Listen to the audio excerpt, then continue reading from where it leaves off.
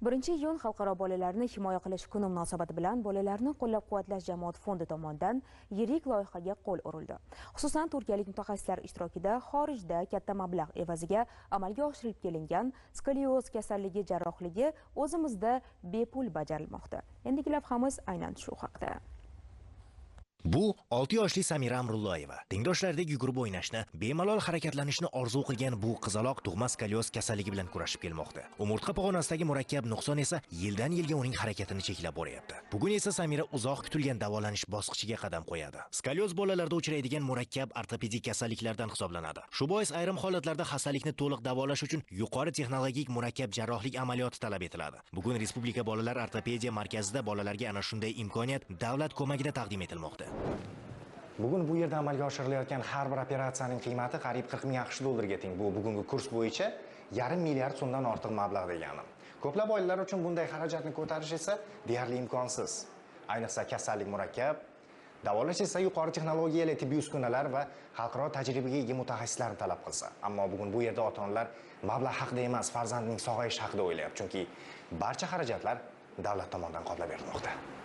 Men bugun birinchi o'rinda xursandman. Prezidentimiz qo'llab-quvvatlab shularni ham shu sog'lomlik qatoriga qo'shib shuncha yordam berganlari uchun shunaqa minnatdorman. Turkiyadan kelishgan shunaqa malakali shifokorlarimiz 2-3 martalab tekshirishdi, qayta sinchiklab tekshirishdi. Hammasini biz xursand bo'ldik. Agar biz chet elga borishimiz kerak bo'lganda qancha pul bo'lib ketardi. Biz qayerdan olardik shu pullarni? Prezidentimizga ming rahmat aytaman. Bu 4. sefer O'zbekistonda bulunuyoruz.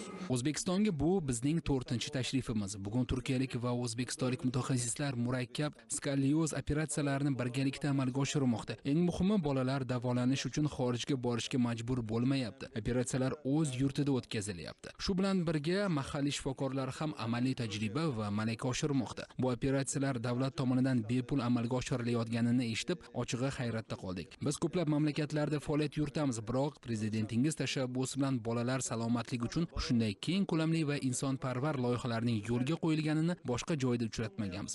Shu bois ushbu ezgu tashabbus uchun O'zbekiston davlatiga, hurmatli prezidentga va bolalarni qo'llab-quvvatlash jamoat fondiga samimiy minnatdorlik bildiramiz. Bu loyiha nafaqat bolalarga shifo bermoqda, balki mahalliy mutaxassislar malakasini oshirishga ham xizmat qilyapti. Bu esa bemor bolalarni davolash bilan birga ortopediya yo'nalishida ilg'or tajriba va zamonaviy jarrohlik usullarini o'zlashtirish uchun ham muhim imkoniyat yaratmoqda.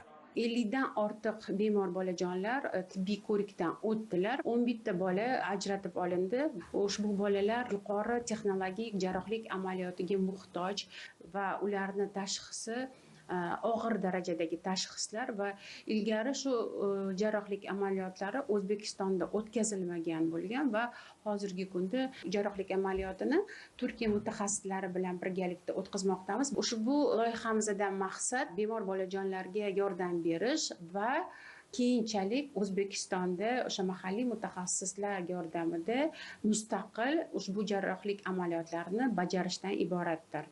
Mamlakatimizda bolalar salomatligini asrash, murakkab kasalliklarga chalingan bemorlarni qo'llab-quvvatlash va ularga ilg'or tibbiy xizmatlarni ko'rsatishga qaratilgan ishlar izchil davom ettirilmoqda. Mazkur xayriya aksiyasi ham ana shu e'tiborning amaliy ifodasidir.